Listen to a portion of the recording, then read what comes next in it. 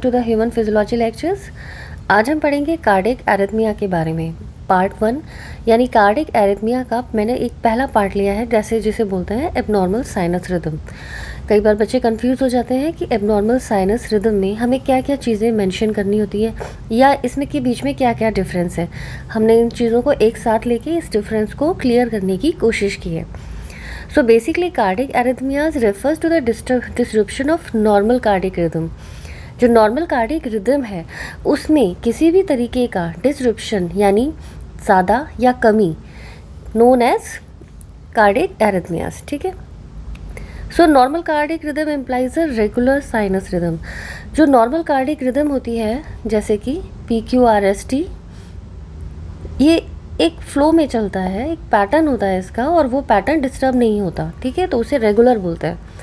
So with a normal cardiac rate, और ये तकरीबन 60 से 100 बीट्स पर मिनट रहती है। एवरेज जो है वो 72 बीट्स पर मिनट जाता है। अब एबनॉर्मल साइनस रिदम में अगर हम पढ़ें तो सबसे पहले हमारे पास साइनस रिदम आता है। यानी एबनॉर्मलिटी से पहले हम एक बार जान लें कि साइनस रिदम क्या चीज़ होती है। Sinus rhythm is said to be present. Sinus मतलब ऐसे नोड, ठीक है, sino atrial node. Sino atrial node से जनरेट होने वाले इम्पल्सेस जो हैं वो साइनस रिदम मेंटेन करते हैं। So SA node is a pacemaker, जो कि यहाँ पे कई सारे पेस मेकर्स होते हैं। ऐसे नोड भी होता है, एवी नोड भी होता है, ठीक है। इसके अलावा बंडल ऑफ हिस भी होता है। इसके अलावा परकिंजे फाइबर्स भी होते हैं। लेकिन जो मेन प्रिंसिपल पेस मेकर है दैट इज ऐसे node. Each P wave is followed by a normal QRS complex. और नॉर्मल साइनस रिदम में क्या होता है, हर पी वेव के बाद एक नॉर्मल QRS कॉम्प्लेक्स आता है, वापस से नई साइकिल रिवाइज होती है। फिर पी वेव के बाद this is a P, this is QRS and this one is T। PR और QT इंटरवल्स जो है वो नॉर्मल रहते हैं और RR इंटरवल जो है वो रेगुलर रहता है। RR इंटरवल की बहुत इम्पॉर्टेंस होती है कि जब हम हार्ट रेट कैलकुलेट करते हैं ECG के प्रैक्टिकल के अंदर, जो हम आपको आगे अपने आने वाले चैप्टर्स में पढ़ाएंगे कि कैसे कैलकुलेट करते हैं स्मॉल बॉक्सेस के थ्रू, तो ये जो है साइनस रिदम में रेगुलर रहता है। अब ये सारी चीज़ें साइनस रिदम में रेगुलर रहती हैं, तो फिर एबनॉर्मल क्या है। तो एबनॉर्मल साइनस रिदम के बारे में जानते हैं। बेसिकली एबनॉर्मल साइनस रिदम में 3 ये चीज़ मेन आती है। पहला होता है साइनस एरिथमिया, दूसरा होता है साइनस टैकीकार्डिया और तीसरा होता है साइनस ब्रेडीकार्डिया। तो अब डिटेल में इनके बारे में पढ़ते हैं कि ये साइनस एरिथमिया क्या होता है। इस पर कई बार फुल क्वेश्चन भी पूछा जाता है, इसके ऊपर शॉर्ट नोट्स भी आते हैं। MCQ क्वेश्चंस के बिहाफ पे बहुत इंपॉर्टेंट टॉपिक है। Sinus arrhythmias. साइनस एरिथमिया मतलब it is characterized by a normal sinus rhythm, यानी साइनस रिदम नॉर्मल है। PQRST जो है वो रिदम में है, except for RR interval cardiac rate which varies in a set pattern.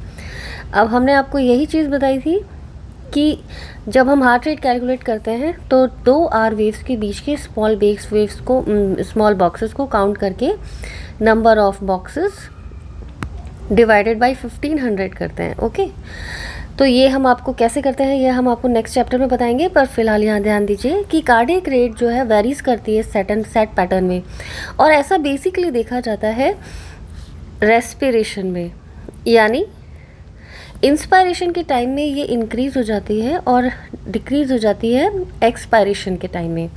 ये इस पैटर्न को देखिए इस पैटर्न के अंदर इंस्पायरेशन के अंदर 2 R वेव्स के बीच का डिस्टेंस कम है, स्मॉल बॉक्सेस की संख्या कम है।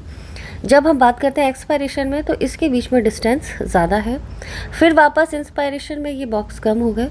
ये एक सेट पैटर्न के तौर पे होता है और इसे हम बोलते हैं साइनस एरिथमिया। ये क्वेश्चन MCQs में बहुत पूछा जाता है बच्चों कि इंस्पायरेशन में हार्ट रेट पे क्या फ़र्क होता है, ये इंक्रीज़ हो जाती है और एक्सपायरेशन में ये डिक्रीज़ हो जाती है। इसे हम बोलते हैं रेस्पिरेटरी साइनस एरिथमिया। तो इस पे अगर आपसे क्वेश्चन पूछा जाए, शॉर्ट नोट पूछा जाए, तो आप समझ जाइए कि क्वेश्चन क्या पूछा जा रहा है। अब ये रेस्पिरेटरी साइनस एरिथमिया क्यों होता है, इसके क्या कारण है, क्यों ऐसा होता है कि इंस्पायरेशन में हार्ट रेट जो है वो इंक्रीज़ हो जाती है और एक्सपायरेशन में हार्ट रेट जो है वो डिक्रीज़ हो जाती है।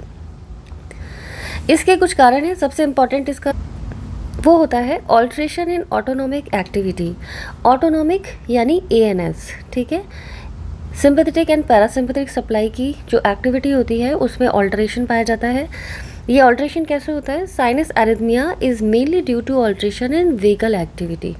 वेगल एक्टिविटी, वेगस नर्व जो इसकी नर्व एंडिंग्स पे कौन सा न्यूरोट्रांसमीटर रिलीज होता है? एसिटाइलकोलिन। तो होता क्या है कि इंस्पायरेशन के टाइम में वेगल एक्टिविटी डिक्रीज हो जाती है और एक्सपायरेशन के टाइम में वेगल एक्टिविटी इंक्रीज हो जाती है। वेगल एक्टिविटी का नेगेटिव इफेक्ट होता है हार्ट रेट पे, नेगेटिव लिख लो, ठीक है। तो हार्ट रेट जो है वो, अगर वेगल एक्टिविटी इंक्रीज़ हो जाती है तो हार्ट रेट डिक्रीज़ हो जाती है, अगर वेगल एक्टिविटी डिक्रीज़ हो जाती है तो हार्ट रेट इंक्रीज़ हो जाती है। तो ये फॉर्मूला आपको अच्छे से समझ में आ जाना चाहिए। तो इंस्पायरेशन में वेगल एक्टिविटी डिक्रीज़ हो गई तो इंक्रीज इन सिंपैथेटिक एक्टिविटी और फाइनली हार्ट रेट इंक्रीज़ हो जाती है। जब हम एक्सपायरेशन की बात करते हैं तो ये वेगल एक्टिविटी इंक्रीज़ हो जाती है जिसकी वजह से हार्ट रेट डिक्रीज़ हो जाती है। यूजुअली इस सेट पैटर्न का इस्तेमाल किया जाता है प्राणायाम में। प्राणायाम के थ्रू अगर हम ब्लड प्रेशर और कार्डिक एक्टिविटी को रेगुलेट करने का ये बहुत अच्छा उपाय होता है। सो इसके लिए मैंने यहाँ एक चीज़ को मेंशन भी किया है कि यूटिलाइज्ड इन प्राणायामिक breathing to improve vagal tone. Vagal tone क्या होती है? वेगल टोन वो टोन है जो 170 से 180 बीट्स पर मिनट ऑफ ऐसे नोड की रिदम को मेंटेन करके रखती है 75 टू 80 बीट्स पर मिनट, ठीक है। This effect on SA node is due to this vagal activity और इस वेगल एक्टिविटी की वजह से जो कि मेंटेन रहती है इसे बोलते हैं वेगल टोन। वेगल टोन की वजह से ये 75 से 80 बीट्स पर मिनट मेंटेन रहती है और अगर किसी वजह से वेगल टोन आप इंक्रीज़ कर देते हो तो हार्ट रेट डिक्रीज़ हो जाती है। Slow pranayama duration of expiration is prolong. अब होता क्या है, जैसे अगर स्लो प्राणायाम करते हैं तो उसमें एक्सपायरेशन जो है, यूजुअली एक्सपायरेशन का जो टाइम होता है वो कम होता है, ठीक है, और इंस्पायरेशन जो होता है वो ज़्यादा होता है उसका टाइम ड्यूरेशन। अगर स्लो प्राणायाम में हम प्रोसेस करते हैं आगे तो एक्सपायरेशन का टाइम जो है वो बढ़ जाता है जिसकी वजह से it facilitate vagal activity and increase vagal tone, finally decrease in heart rate, decrease in blood pressure and promote cardiac health. और इसी वजह से प्राणायाम को बहुत इम्पॉर्टेंट माना जाता है कार्डिक हेल्थ पेशेंट्स के लिए, कार्डिक पेशेंट्स के लिए, उनकी हेल्थ इम्प्रूवमेंट के लिए। दूसरा क्या कारण आता है? दूसरा होता है डिक्रीज इन इंट्राथोरेसिक प्रेशर। ऐसा इंस्पायरेशन में होता है क्योंकि जब इंस्पायरेशन करते हैं तो उस कंडीशन में इंट्राथोरेसिक प्रेशर जो है -3 mmHg जो है वो नेगेटिव हो जाता है, कम हो जाता है। In decrease in intrathoracic pressure increase atrial filling, जिसकी वजह से जो सुपीरियर इंफीरियर वीना केवा है उसके ऊपर जो स्ट्रेस है वो कम हो जाता है और वहाँ से लौटने वाला जो ब्लड है जिसे हम बोलते हैं वीनस रिटर्न, वो राइट एट्रियम में ज़्यादा मात्रा में आता है, ठीक है, जिसकी वजह से इस राइट एट्रियम के अंदर ज़्यादा मात्रा में जब वीनस रिटर्न आएगा तो स्ट्रेचिंग होगी और स्ट्रेचिंग की वजह से हार्ट रेट इंक्रीज हो जाती है। ये दूसरा इंपॉर्टेंट कारण हो गया। नेक्स्ट इंपॉर्टेंट कारण है irradiation from inspiratory centre. Irradiation क्या होता है? Increase irradiation spill over of impulse from inspiratory to VMC vasomotor centre increase during inspiration. अब देखिए मेडुला में जो वीएमसी है जिसे बोलते हैं वेजोमोटर सेंटर, ये सिंपैथेटिक एक्टिविटी को प्रमोट करता है, ठीक है, और यहीं पे पास में कार्डियोवेगल सेंटर भी होता है। तो इस इंस्पायरेशन के टाइम में रेस्पिरेटरी सेंटर भी मिड ब्रेन में होता है, पॉन्स एंड मेडुला, तो बेसिकली मेडुला में प्रेजेंट होता है respiratory centre. So during respiratory inspiration respiratory centre से वेजोमोटर सेंटर में नेगेटिव जो है वो इम्पल्स जाता है, तो जिसकी वजह से रेस्पिरेशन के टाइम में वीएमसी जो है एक्सपायरेशन में, और ये नेगेटिव इफेक्ट कम हो जाता है इंस्पायरेशन में। तो इंस्पायरेशन का जो प्रोसेस है वो इंक्रीज़ हो जाता है due to increase in vasomotor sympathetic activity discharge, ठीक है। नेक्स्ट आता है activation of atrial stretch reflex. इसमें क्या होता है, जैसे ही वीनस रिटर्न इंक्रीज़ हुआ, वीनस रिटर्न राइट एट्रिया में इंक्रीज़ हुआ, ठीक है, तो वीनस रिटर्न जब इंक्रीज़ होता है, इंक्रीज़ इन वीनस रिटर्न, ये राइट एट्रिया है, तो यहाँ पे ज़्यादा स्ट्रेचिंग हो जाती है, वीनस रिटर्न इंक्रीज़ हो गया। इस स्ट्रेचिंग की वजह से यहाँ पे स्पेशल बी एट्रियल रिसेप्टर्स जो हैं वो स्टिमुलेट हो जाते हैं और इसके स्टिमुलेशन की वजह से हार्ट रेट जो है वो इंक्रीज़ हो जाती है। So increase in venous return during inspiration stimulate type B atrial stretch receptors and finally increase in heart rate. I hope कि यहाँ इंस्पायरेशन एक्सपायरेशन का ये कंसेप्ट आपको समझ में आया होगा। नेक्स्ट पे चलते हैं, that is sinus tachycardia. Okay, so sinus tachycardia हमें मालूम है increase in heart rate. It is characterize by normal sinus rhythm. Sinus rhythm normal है, यानी PQRST का जो पैटर्न है वो नॉर्मल है, लेकिन except for increased heart rate. Increase heart rate मतलब decrease but regular RR interval, यानी R और R वेव्स जो है वो रेगुलर आ रही है, लेकिन इनके बीच का जो गैप है वो कम हो जाता है। तो जब R वेव जो है वो कम टाइम में एक दूसरे के पास आ रही हैं, तो ये जो ड्यूरेशन कम हुआ इसकी वजह से हार्ट रेट इंक्रीज़ होती है और इसको हम इस ECG ग्राफ पे ट्रेस करते हैं और इस कंडीशन को बोलते हैं टैकीकार्डिया। टैकीकार्डिया इसलिए बोलते हैं क्योंकि बाकी सारी चीज़ें नॉर्मल साइनस रिदम के हिसाब से चल रही हैं। It is labelled when heart rate is more than 100 beats per minute. जब 100 बीट्स पर मिनट अगर इसकी रिकॉर्डिंग आती है तो हम इससे टैकीकार्डिया बोलते हैं, साइनस टैकीकार्डिया। एक्सरसाइज में ये नॉर्मल है। अदर कॉजेज़ में जैसे anxiety, fever, hypoxemia, hyperthyroidism, acute carditis, इन सब में भी ये देखा जाता है। As a reflex response to low arterial pressure. अगर आपको ध्यान हो तो जब हम पोस्चर के बारे में पढ़ाते हैं, ब्लड प्रेशर का इफेक्ट क्या होता है पोस्चर पे, पोस्चर का क्या इफेक्ट होता है ब्लड प्रेशर पे, उस कंडीशन में जैसे ही सुपाइन से आप स्टैंडिंग पोजीशन में आते हो, आपका ब्लड प्रेशर जो है वो डिक्रीज़ हो जाता है, हार्ट रेट डिक्रीज़ हो जाती है। इमीडिएटली बैरो रिसेप्टर रिफ्लेक्स मैकेनिज्म जो है वो स्टिमुलेट हो जाता है, VMC स्टिमुलेट हो जाता है। बैरो रिसेप्टर रिफ्लेक्स मैकेनिज्म जो है वो सप्रेस होके जो है VMC वेजोमोटर सेंटर को स्टिमुलेटरी इफेक्ट प्रोवाइड करने देता है, जिससे सिंपैथेटिक एक्टिविटी इंक्रीज़ हो जाती है।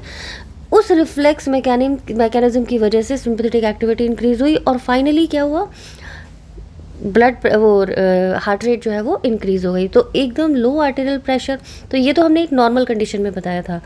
अगर किसी और वजह से आर्टेरियल प्रेशर लो होता है तो रिफ्लेक्स रिस्पॉन्स में भी हार्ट रेट जो है वो इंक्रीज़ हो जाती है। नेक्स्ट आता है, next is sinus bradycardia. Bradycardia हमें मालूम है decrease in heart rate. Okay, तो साइनस ब्रेडिकार्डिया क्या होता है? It is characterize by a normal sinus rhythm. Normal sinus rhythm रहेगी, PQRST जो है वो एक दूसरे को फॉलो करते रहेंगे, except decrease heart rate, increased but regular RR interval. यानी RR इंटरवल के बीच का जो ड्यूरेशन होता है वो बढ़ जाता है। ठीक है, ये जो नॉर्मल ड्यूरेशन से बढ़ जाता है। तो जब एक कार्डिक साइकिल में RR ये कंप्लीट कार्डिक साइकिल है, फिर यहाँ से दूसरी कार्डिक साइकिल स्टार्ट होती है P वेव से, तो जब इसके बीच का ड्यूरेशन बढ़ जाता है 2 R वेव्स के बीच में, यानी हार्ट रेट जो है वो डिक्रीज हो गई है। इसको हम लेबल तब करते हैं जब हार्ट रेट जो है वो 60 बीट्स पर मिनट से कम हो जाती है। Most commonly seen in highly trend endurance athletics. इसमें ये फिजियोलॉजिकली मेंटेन्ड होती है कि हार्ट रेट कम होती है। आप कहेंगे कि हार्ट रेट कम है तो ये अपनी बॉडी की रिक्वायरमेंट कैसे कंप्लीट करते हैं? बिकॉज इन लोगों की स्ट्रोक वॉल्यूम जो है वो इंक्रीज़ हो जाती है। तो पर बीट जो है stroke volume 80 ml to 90 ml तक पहुंच जाती है, जो कि एक नॉर्मल इंडिविजुअल में 60 to 70 ml होती है per beat. So it also occurs due to the suppression of SA node, और इसके अलावा ये एसी नोड की सप्रेशन की वजह से भी हो सकता है। तो कॉजेज़ कई सारे आते हैं इसमें। स्ट्रॉन्ग एथलेटिक्स नॉर्मली फिजियोलॉजिकली है, कोई drugs, beta blockers, raised intracranial pressure, myxedema, sick sinus syndrome, इन किसी भी वजह में साइनस ब्रेडिकार्डिया होता है। ये बहुत इंपॉर्टेंट MCQ क्वेश्चन में आते हैं। अब जब हम मिक्सीडीमा आप समझे बच्चों, जिसमें डिक्रीज इन थायराइड हार्मोन्स ना, अपन इसको बोलेंगे हाइपोथायरॉयडिज्म। ठीक है,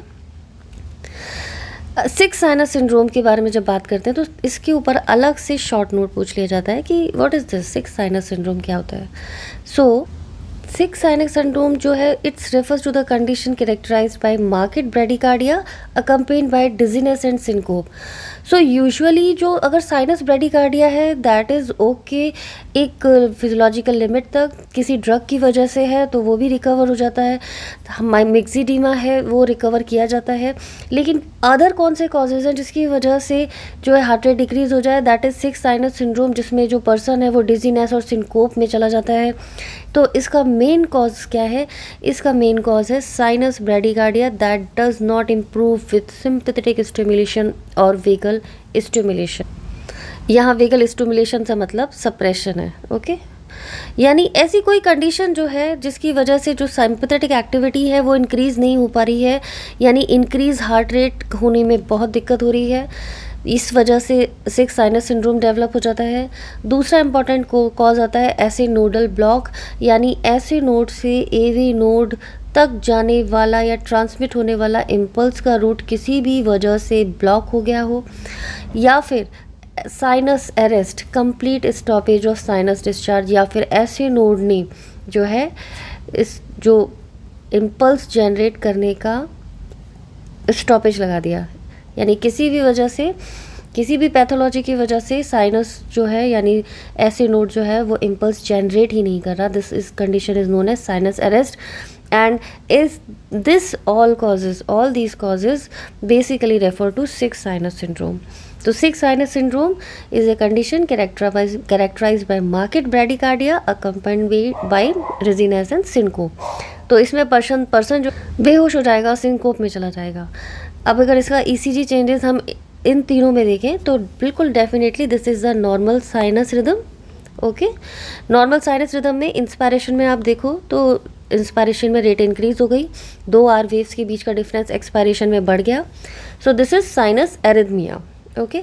साइनस टैकीकार्डिया, 2 आर वेव्स का बीच का जो ड्यूरेशन है वो कम हो गया, ठीक है।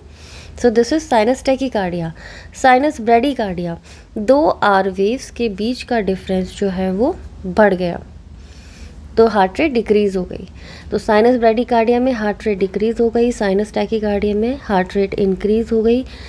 एरिथमिया में इंस्पायरेशन में जो है वो हार्ट रेट इंक्रीज़ हो गई और एक्सपायरेशन में हार्ट रेट डिक्रीज़ हो गई।